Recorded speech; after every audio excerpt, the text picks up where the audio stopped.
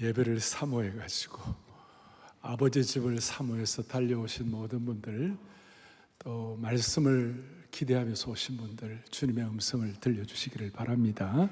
오늘 여러분들이 회중 찬송을 하셨는데, 찬송하는 소리에서 했는데 주여 속히 임하셔서 그 다음 뭐예요? 기쁜 날을 달라고. 오늘 그 가사가 그대로 되기를 바랍니다. 오늘 이부 예배 오신 분들 아무도 그냥 돌아가지 마시기를 간절히 바랍니다. 저는 오늘 지난주 이사야 42장 1절부터 7절까지 18번째, 오늘은 19번째 새 노래로 찬양하라.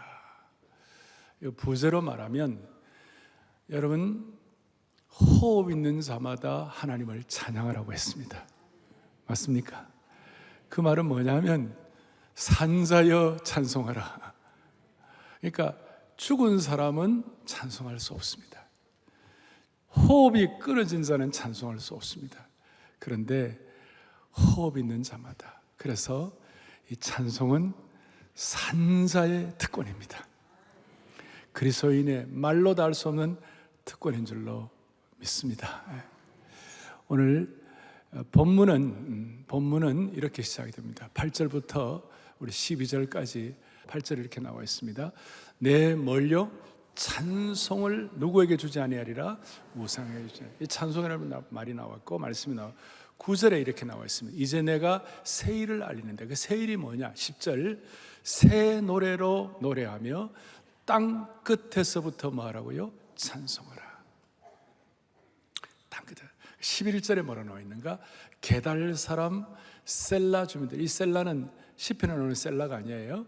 게달 사람 셀라 주민들은 뭐하며? 노래하며 산 꼭대기에서 즐거이 찬양하라. 그리고 12절에 있는 말씀, 시작. 여호와께 영광을 돌리며 섬들 중에서 그의 찬송을 전할지어다. 그래서 오늘 찬송, 찬양, 새 찬양, 노래라는 말을 여러분들 염두에 두시면 좋을 것 같아요. 하나님께서 에덴 동산에 동물들을 창조하실 때에 그 가운데에 양들을 창조하시고 암양, 순양, 잘생긴 양, 예쁜 양, 다양한 양들을 만드셨어요. 그리고 그 양들뿐만 아니라 최고의 양들을 아담과 하와에게 선물로 주셨는데, 그 양이 뭔지 아세요? 찬양이에요. 이게 아날로그의 유머예요. 아날로그 그렇지 않은 유머예요. 수많은 양들이 있지만 뭐예요? 찬양. 그래서 오늘 첫 번째로 우리가 생각할 것인데, 이게 뭐냐면 지난 주일날 하나님은 상한 갈대를 뭐하지 아니하시고 그냥 갈대 정도가 아니라 상처입은 갈대를 꺾지 않으시고 심지 마지막 남은 그 심지를 뭐하지 아니하시고 끄지 아니하시고, 이런 은혜를 받은 사람들이 뭘 해야 하나? 이게 새 노래로 여호와를 찬양하라. 그 새 노래라는 말이, 이 새 노래는 구원받지 못한 사람은 할 수 없는 것이에요. 구원받은 하나님의 사람들이 새 마음과 새 영을 가지고 보혈의 은혜를 아는 사람들이 하나님을 찬양하는 것이에요. 그것이 새 노래예요. 그래서 오늘 첫 번째로 생각할 것은, 구원받은 자들이 새 노래로 하나님을 찬양하면 무슨 일이 일어나나? 신앙의 미래의 이력서를 쓰는 것이에요. 수많은 세상 사람들은, 다시요, 시작. 땅 끝에서부터 뭐예요? 새 노래로 찬양을 하면 뭐예요? 미래의 이력서를 쓰게 된다. 세상의 모든 사람들은 과거의 이력에 얽매여 있어요. 그런데 우리는 오늘 하여튼 제가 설명을 좀 하겠습니다만은, 어쨌든 간에 여러분들이 이유야를 막론하고 새 마음 새 영으로 하나님을 새롭게 찬양을 하게 되면 하나님이 여러분들의 미래의 이력서를 써주시는 것이에요. 그러니까 당장 경험하지는 못하지만 이 찬양으로 여러분들이 발생한 미래를 결정할 수 있는 것이에요. 지금 우리가 미래를 우리가 경험할 수가 있는 것이에요. 10절에 보니까 시작. 항해하는 자들과 바다 가운데 만물들과 섬들과 거기에 사는 사람들아, 그 다음 주에 중요합니다.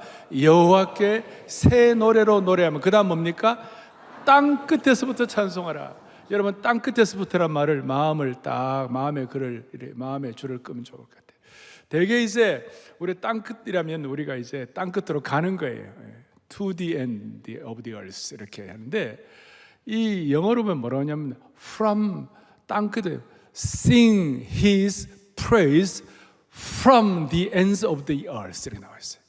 그러니까 이게 to가 아니라 from이에요. 우리가 땅 끝에 아직 가보지도 못했는데 미리 하나님께서는 땅 끝에서부터 하나님을 찬양하면, 그러니까 제가 거기에 이렇게 이거는 뭐냐, 미래를 말하는 거예요. 그러니까 보십시오. 땅 끝에서부터 찬양하라는 명령은 우리가 이미 미래에 도착해 있음을 의미한다. 이 공간의 문제가 아니라 시간의 문제로, 그래서 미래에 일어날 선교의 완성을 미리 보라는 뜻이다 이거예요. 그 이스라엘 백성들이 지금 이사야 예언을 듣고 이럴 때마다 이런 상황이 가슴도 좁고 답답하고 힘들고 어려운 거 많았어요. 그럼 그 문제 어떻게 해라? 정치로 풀까? 그걸 뭐 전략으로 푸냐? 경제로 푸냐? 아니다. 땅 끝에서부터 찬양하면 풀릴 것이다.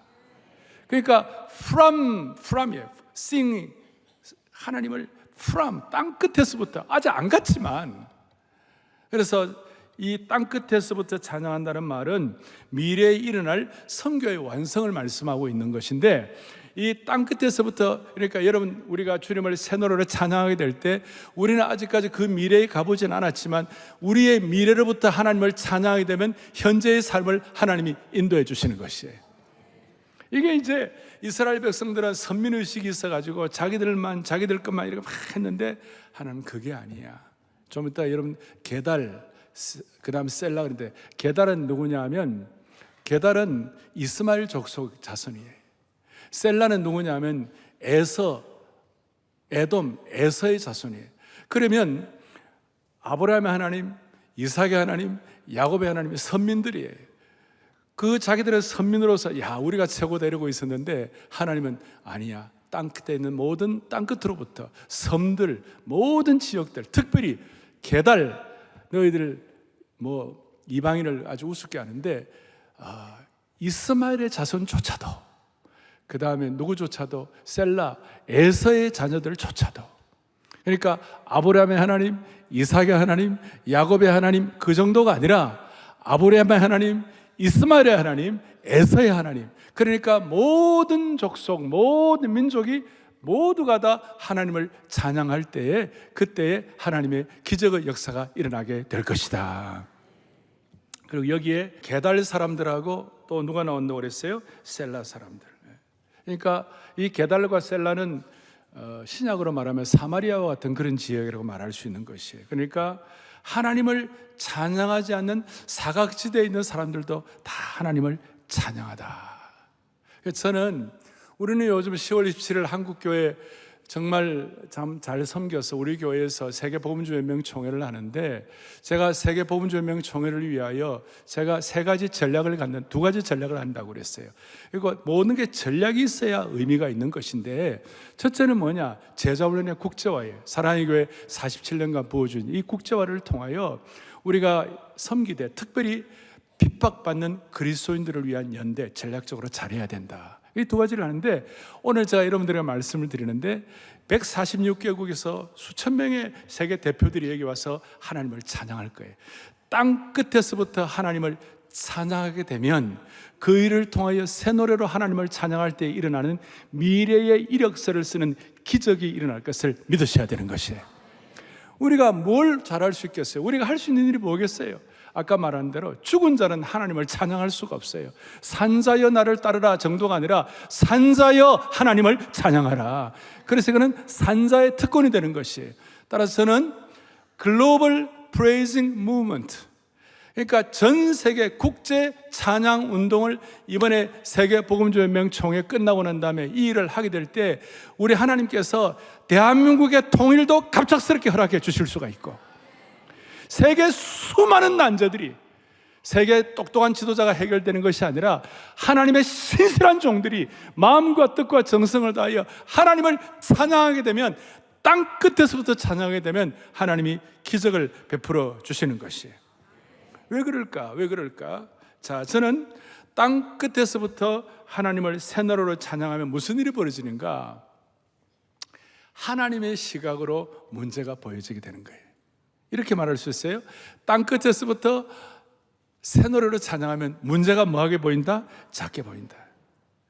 땅끝에서부터 찬양을 통하여 전체를 보게 되면 우리가 당하는 모든 문제가 작아 보이는 거예요.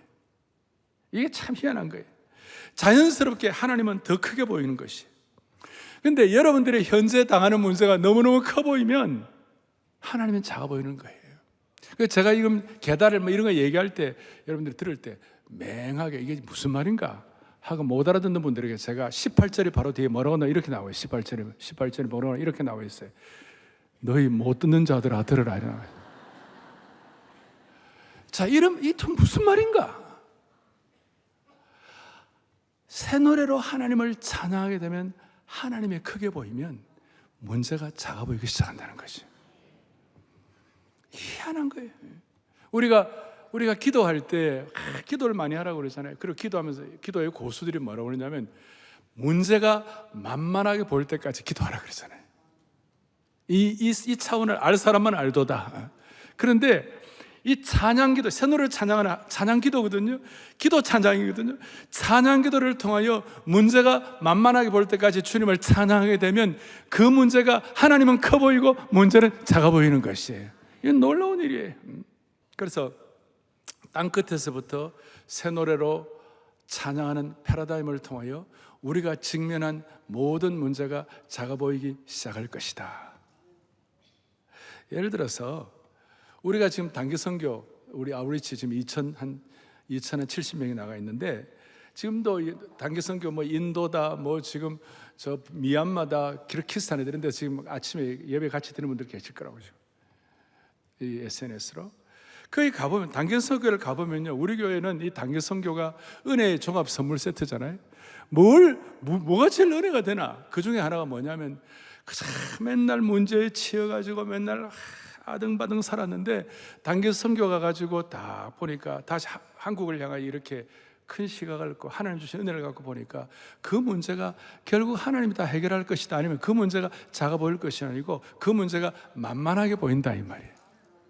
이게 하나님 주시는 선교에 대한 은혜를 가진 특별한 하나님의 통전적인 시각을 우리에게 주시는 것입니다. 그러니까 여러분, 휴가도 마찬가지고 이제 여러분들 좀 잠깐 여러분들 쉬는 시간, 이 휴가는 뭐냐면 여러분들이 하나님께 자기를 전적 위탁하는 시간이에요. 그럼 전적 위탁하면 하나님이 여러분들 대신 일하실 것이라 믿는 거예요.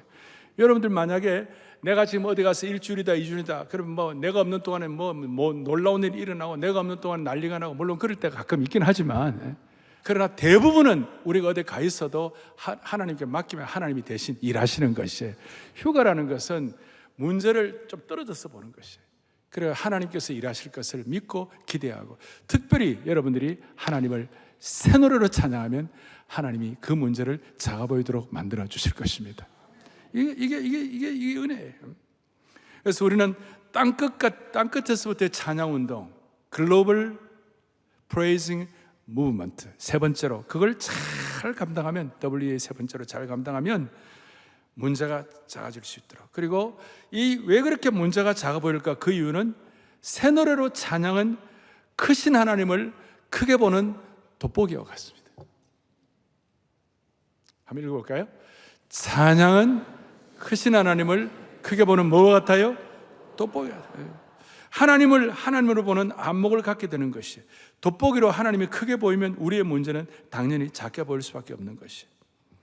그래서 지금 문제 없는 분이 어디 있겠어요? 적은 문제든 큰 문제는 다 있는데 그 해결책은 새 노래로 하나님을 찬양하는 믿음의 돋보기를 가지고 하나님의 크심을 땅끝에서부터 찬양운동을 가질 때 우리의 미래가 미리 결정되는 줄로 믿습니다. 문제가 크게 보일수록 하나님께 새 노래로 찬양하면 하나님이 더 크게 보이면 그 문제가 작아 보이는 줄 다시 한번 확인하기를 바라는 것이에요. 우리 하나님은 수많은 문제들 가운데 그 문제를 제일 잘 다루시는 전문가이십니다. 문제는 하나님의 심정을 깨닫고 하나님 앞에 내 마음을 통하고 찬양을 통하여 하나님의 심정을 내 것으로 지금 현재 확인하게 되면 하나님이 역사하는 것이에요. 무슨 뜻이냐?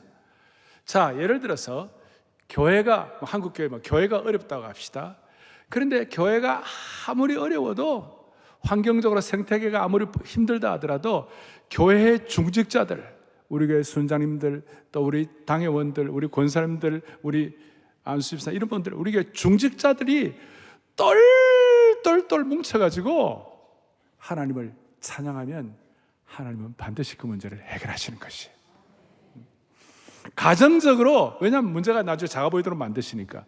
가정적으로 문제 많이 있잖아요. 어느 집안이든지 그 집안의 삶의 커튼을 살짝 열고 들어 문제 없는 집이 어디 있어요? 근데 그 문제가 어떻게 해결되는가? 저는 어릴 때 우리 부친이 가난한 개척교회 목사님을 하셨잖아요. 그리고 우리 부친이 밖에서는 우리 부친이 부산에 우리 부친을 성자다 그랬어요. 성자. 별로 반응도 안 하시죠? 예? 여러분, 남편이 성자면 아내는 죽는 거야. 남편이 성자면. 그리고 우리 부친은 경제관념이 없으셨어요. 성자같이 사셨기 때문에. 그래서 문제는, 경제는 항상 우리 어머니가 죽을 고생을 하고 내가 맏아들이니까 너도 좀 알아서 하라 이렇게. 그래서 어느 날 저희 부친이나 저는 한 21~22살밖에 차이가 아니었기 때문에 30대 후반에 제 앞에서 저희 부친이 쓰러지셨어요. 그러니까 교회가 어렵고 교회 땅을 2번이나 사기당하고 교회에서 사례를 하나도 못 받고 그 고등학교 교목실장으로 8년을 무보수로 섬기고 이렇게 하면서 수많은 어려움이 있었어요. 근데 저는 지금도 기억해요. 제가 한 번씩 말씀드렸지만 우리 어머니하고 우리 아버지가 그 어려울 때 창가에 서가지고 내 주를 가까이 하게 하면 십자가 짐 같은 고생이라. 주님을 섬기는 건 쉬운 일은 아니에요. 십자가 짐 같은 고생이에요. 그러나 내 일생 소원은 뭐예요? 늘 찬송하면서 주께도 나가기를 원합니다. 그 힘든 어려운 가운데서 내 일생 소원은 늘 찬송하면서 주께도 나가기를 원합니다. 여러분, 그때 그 문제가 당장 해결된 건 아니에요. 그런데 그렇게 찬양할 때 그 시간이 지나고 난 다음에 저나 제 동생이 정신 차리고 하나님 앞에 사명자로 쓰임받도록 하나님의 은혜를 베풀어 주신 것이에요. 사랑하는 형제자매 여러분, 우리가 주님 앞에 새 노래로 찬양하게 되면 하나님은 미래의 이력서를 쓰게 하시고 우리의 큰 문제가 작아지도록 만들어 주시는 것입니다. 자, 이것을 이제 제가 성경적으로 조금만 제가 조금 더 해석을 해드리겠어요. 다윗이 시편에 반 이상을 썼잖아요. 다윗이 시편을 쓸 때 시편의 수많은 다윗의 시편을 보면 우리가 감동이 되는 것은 고난 중에, 아픔 중에, 수많은 환경의 어려움 중에 자의 마음을 토로하는, 그래서 시편을 읽을 때마다 우리가 은혜를 받는데, 다윗은 여러분, 그가 모략 가운데서 다윗을 죽이려고 특공대를 조직해가지고 장인어른이 죽이려고 그러고, 심지어 아들 압살롬이 다윗에게 반역을 하고 난리를 치고, 그러나 다윗이 그 어려운 가운데 그 시편을 토로하고 심지어 막 침을 흘리면서 그냥 정신병자처럼 블레셋가 난리를 치고 그 어려움이 있었을 때 그 수많은 시편의 토로를 하는데요, 시편의 정수는 뭐냐 하면 다윗이 아픈 가슴을 토로하는 그것이 정수가 아니라 그 뒤에 반드시 다윗은 어떻게 하냐, 하나님을 찬양합니다 그랬어요. 시편 35편에 보면 35편은 다윗이 모략을 당하고 죽을 지경으로 힘든 상황이었어요. 그런데 그 어려운 가운데 주님 내가 죽겠습니다가 아니라 마지막 부분에는 나의 혀가 주의 의를 말하며, 그 다음 뭡니까? 종일토록 주를 찬송하리이다. 이것이 다윗을 해결한 다윗 왕국의 가장 강력한 해결점이었어요. 그래서 여러분, 다윗의 마지막 유언이 사무엘하 23장인데 23장에 다윗에 대해서 뭐라고 말하느냐, 노래 잘하는 자, 새 노래로 찬양하는 자 다윗이 유언하노라.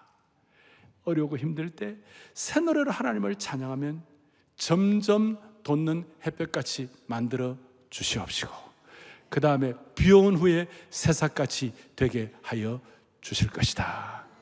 이것이 이제 다윗이 받은 큰 은혜였어요. 그 다음에 이제 신약의 창으로 이사야는 해석을 해야 되는데, 신약의 창으로 이사야서를 볼 때에 제가 좀 깜짝 놀란 게, 여러분 우리는 로마서를 읽을 때 바울의 로마서를 보면 바울은 정치한 사람이고 치밀한 분이고 엄격한 사람이고, 심지어 베드로가 뭘 잘못하면 막 그냥 막 뭐라 그러는 사람이고, 또 로마서를 보면 그 교리적으로 아주 무게감이 있어갖고 죄인들에 대해서 분명한 이런 어떤 그 벌을 내리고 이런 거 다 있습니다만은, 그래서 로마서를 해석하기가 쉽지가 않다는 사람도 많이 있지만, 로마서의 마지막 장이 16장이고 그 16장은 대개 인사로 끝나는, 사실 로마서의 거의 마지막 부분이 15장인데 로마서의 마지막 부분이 이런 일이 일어날 것이라고, 이런 글을 그 엄격하고도 그 무게감 있는 그 정통 어떤 그 사명자 바울이 이런 글을 썼으리라고 생각도 못하는데, 로마서 15장 9절을 좀 보세요. 뭐라 나있냐? 시작. 기록된 바 그러므로 내가 열방 중에서 주께 감사하고 주의 이름을 찬송하리로다 함과 같으니라. 아멘. 그 다음 11절에 함께요. 또 모든 열방들아 주를 찬양하며 모든 백성들아 그를 찬송하라. 어떻게 바울이 이와 같이 마지막을 이렇게 장식을 하느냐? 12절을 보니까 뭐라 나와있냐? 그 12절의 이사야의 내용을 바울의 시각으로 신약의 창으로 해석을 하는데, 같이 보겠습니다. 또 이사야가 이르되 이새의 뿌리 곧 열방을 다스리기 위하여 일어나시는 이가 있으리니 열방이 그에게 소망을 두리라 하였느니라. 찬양을 통하여 열방이 그에게 소망을 두면 13절에 무슨 일이 일어나는가? 놀라운 말씀입니다. 크게 우리 합독하겠습니다. 소망의 하나님이 모든 기쁨과 평강을 믿음 안에서 너희에게 충만하게 하사, 그 다음에 성령의 능력으로. 아멘. 여러분 모두에게 성령의 능력으로 소망이 넘치게 되기를 바랍니다. 말씀의 능력이 우리에게 세미하게 다가와야만 하는 것입니다. 오늘 우리가 찬양할 때 영적인 공간이동이 일어나가지고 육신의 차원에서, 오염된 차원에서, 아픔의 차원에서 하나님께서 성령의 능력으로 소망이 넘치도록 만드시는 은혜를 찬양한다는 것이에요. 이게 너무, 바울 사도조차도 마지막은 열방의 하나님을 찬양하는 것이었어요. 신약의 창으로 해석한 것이고, 교회사의 창으로 보면 17세기 프랑스 귀족 신분으로 학식과 교양을 겸비했던 잔느 기용 여자분입니다. 이분이 잔느 기용 신앙서적 읽는 분들은 좀 아세요. 이분이 어떤 책을 썼는지. 잔느 기용의 책 아마 서점에 있을 거예요. 이분이 신앙 때문에 감옥에, 바스티우 같은데 감옥에 한 거의 10여 년 정도 투옥이 됐어요. 그녀는 이것을 하나님의 뜻으로 알고, 내가 왜 감옥에 갇히냐, 한탄하는 것이 아니라 하나님의 뜻을 받아들이고, 그리고 나중에 감옥에서 풀려나와가지고 감옥에 있었던 때를 회상하면서 이렇게 말했어요.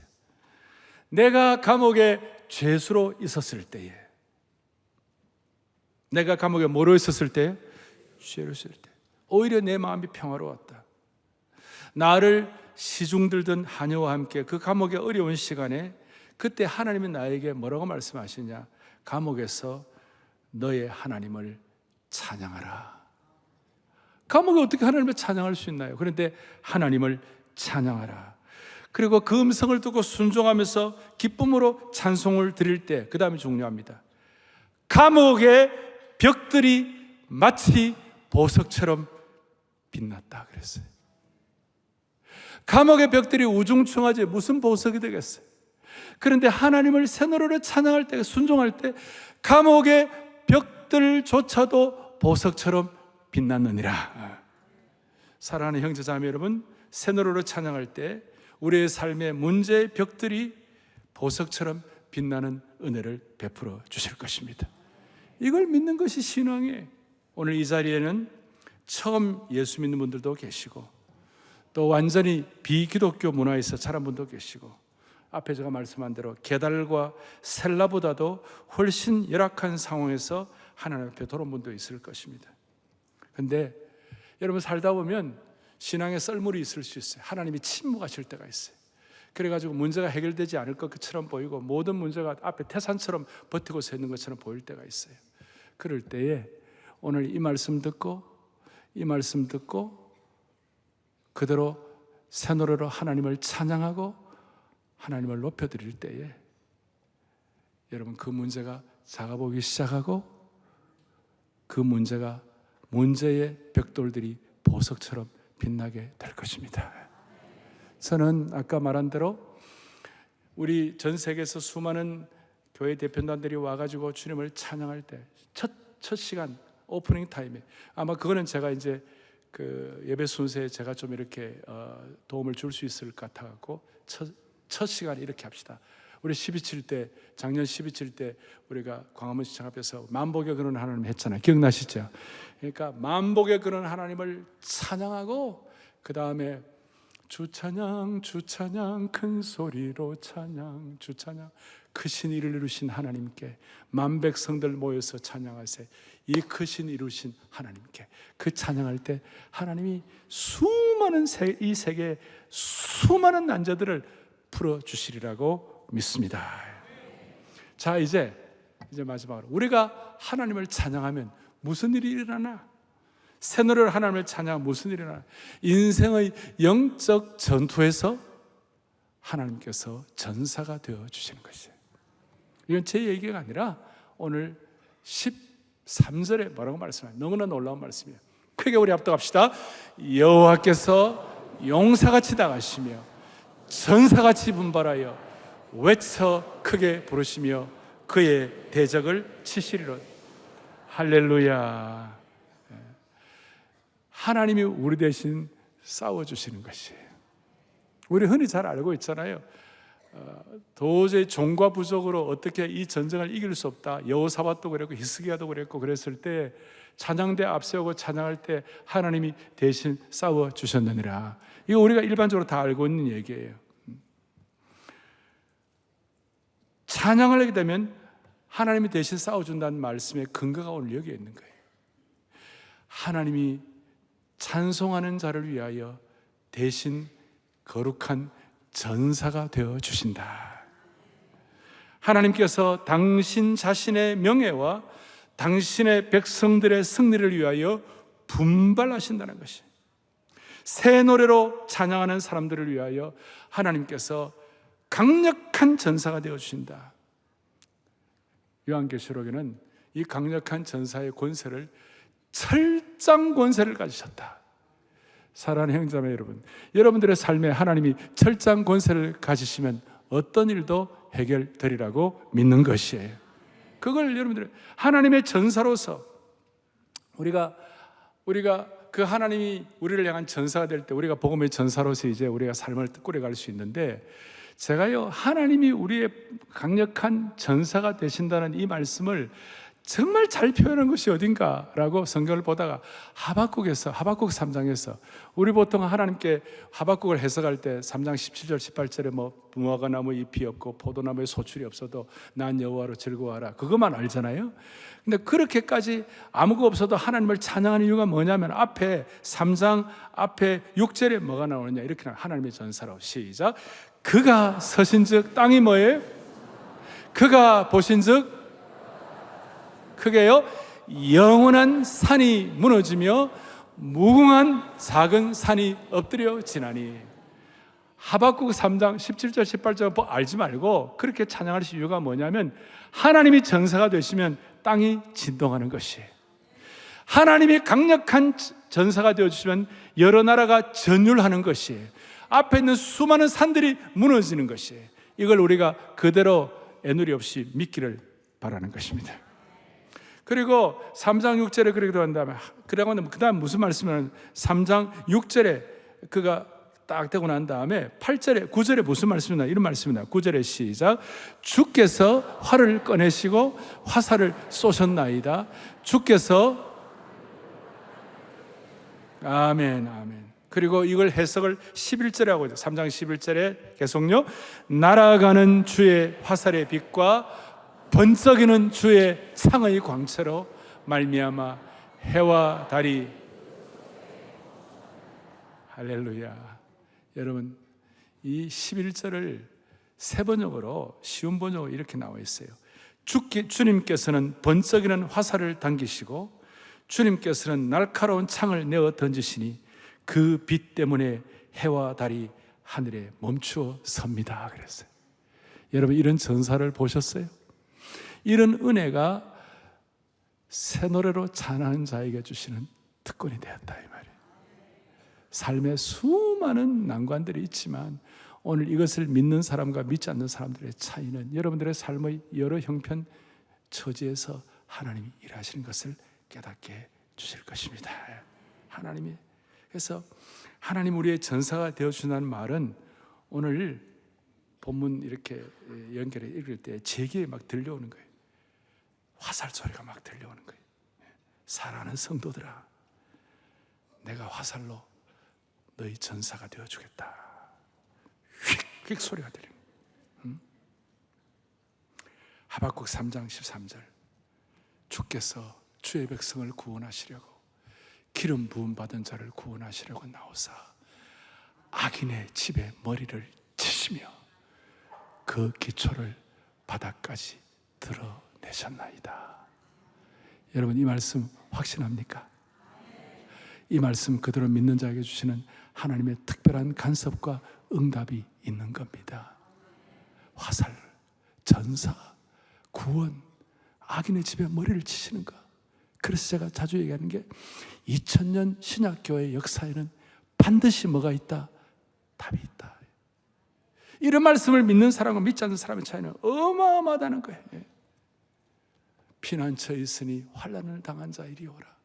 2절에 보니까 이방이 떠들고 나라들 모여서 진동하나 우리 주 목소리 한번 발하시면 천하의 모든 것 망하겠네. 하나님께서 우리를 위한 최고의 용서가 되신다는 것이 여러분들이 갖고 있는 재산 가운데 최고의 자산이 되기를 축복하는 것입니다. 이제 성찬을 앞에 놓았습니다. 이번 여름 이 하반기간 2달 동안은 성찬을 우리가 못할 것입니다.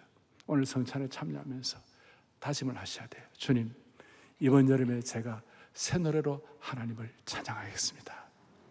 그리하여 큰 문제가 믿음으로 작아 보이는 은혜를 받겠습니다.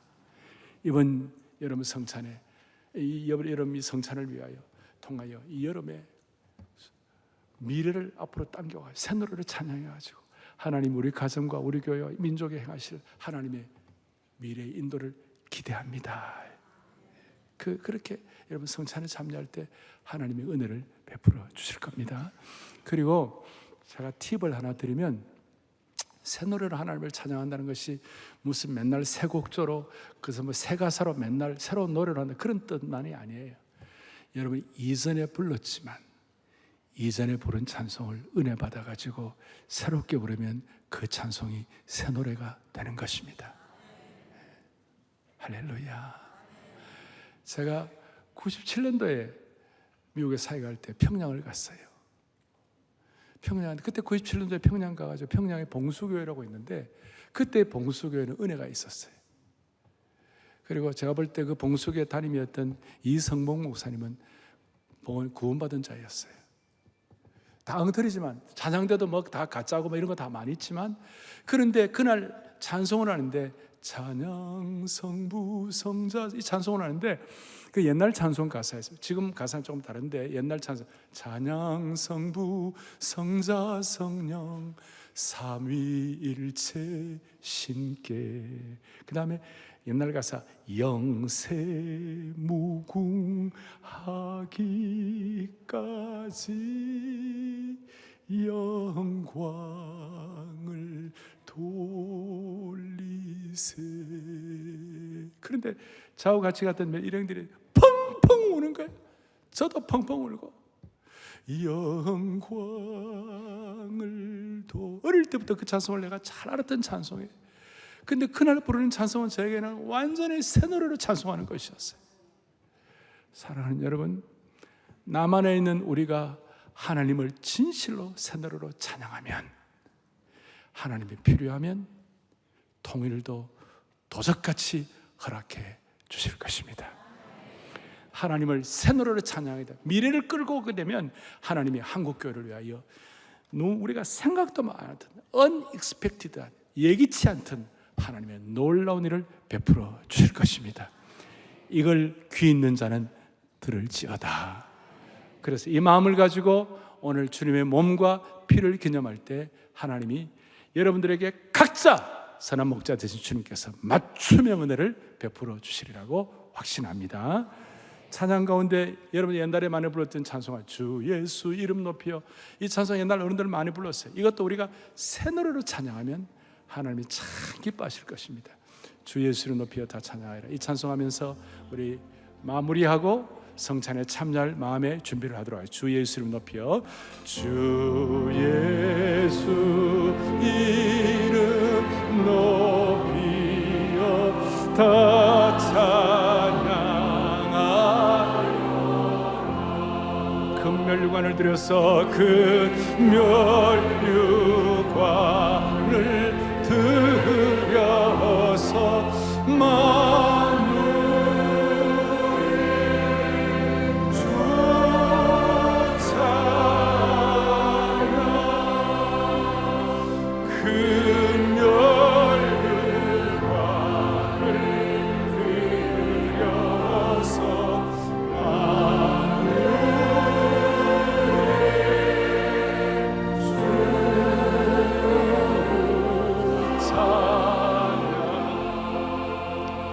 예수 어린 양 예수 어린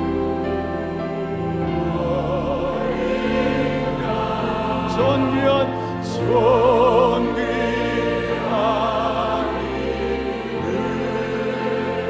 예수 어린 양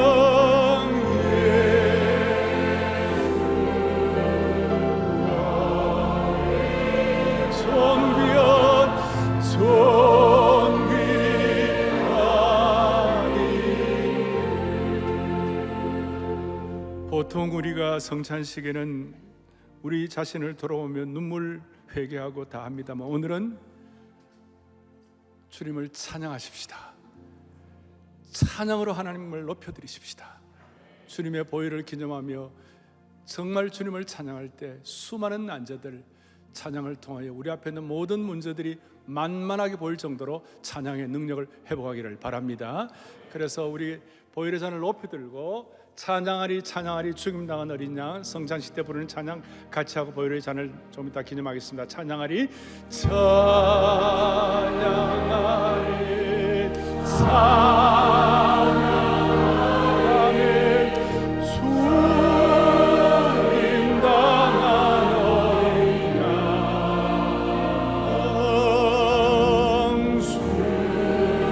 주께 영광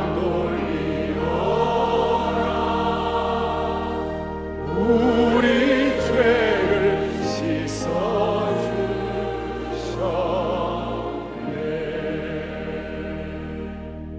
우리의 찬양을 주님이 받으신 줄로 확신합니다.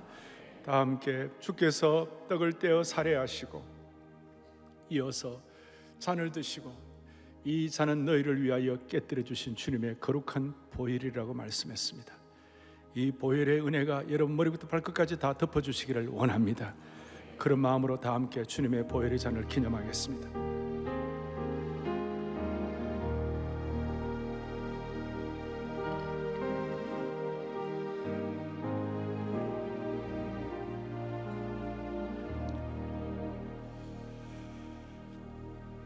합심해서 기도하겠습니다. 사랑의 교회에 주신 큰 축복 중에 하나는 성찬식 마치고 난 다음에 합심해서 기도할 때 하나님은 특별한 응답으로 역사해 주셨습니다. 오늘 우리 형제들이 같이 손을 잡고, 부부가 오셨으면 부부가 같이 손을 잡고, 이 시간 수많은 문제들이 주님 앞에서 해결받는 시간입니다. 주여, 오늘 말씀하신 그대로 우리가 주님을 평생 찬양하기를 원하오니 주여, 문제가 작아 보이게 하시고 하나님이 대신 싸워주시고 미래의 이력서를 쓰게 하여 주옵소서. 간절히 기도하고, 두 번째는 하나님 아버지, 이 하반기를 주님의 손에 의탁합니다. 12월 될 때까지 6개월 동안 앞서 인도하시는 하나님의 은총의 표징을 보게 하여 주옵소서. 10월 27일 있을 WA 세계총회가 제자훈련의 국제화, 그리고 핍박받는 그리스도인을 연대가 일어나게, 무엇보다도 국제 찬양운동이 일어나게 하여 주십시오. 글로벌 찬양운동이 일어나게 하여 주십시오. 그런 마음을 가지고 하나님의 때에 통일도 도적같이 오게 하여 주시옵시고, 대한민국의 분열된 모든 상황들이 통합이 일어나게 도와주시옵소서. 진심으로 기도, 남북 동서가 다 하나 되게, 성령으로 하나 되게 하여 주옵소서. 이런 마음을 가지고 주여 찬양의 능력을 주옵소서. 주여 찬양의 능력을 달라고 성찬해 주시는 은혜를 기대하며, 주여 찬양의 능력을 달라고 손을 잡고 뜨겁게 기도하면 반드시 응답하시고 하나님이 은혜를 베풀어 주시는데, 두 번 주여 찬양의 능력을 달라, 두 번 크게 외치고 기도하겠습니다. 주여 찬양의 능력을, 주여 찬양의 능력을 주옵소서. 하나님 아버지, 하나님 아버지, 오늘 이 시간이 영적인 공간 이동이 일어나는 시간 되게 하여 주시옵시고, 하나님의 카이로스의 시간이 되게 하여 주옵시고, 오 하나님 아버지, 생수의 강을 물붓듯 부어주시옵시고, 온 성도들이 놀라운 기도 응답을 경험하게 하여 주시기를 원합니다. 오 하나님 아버지,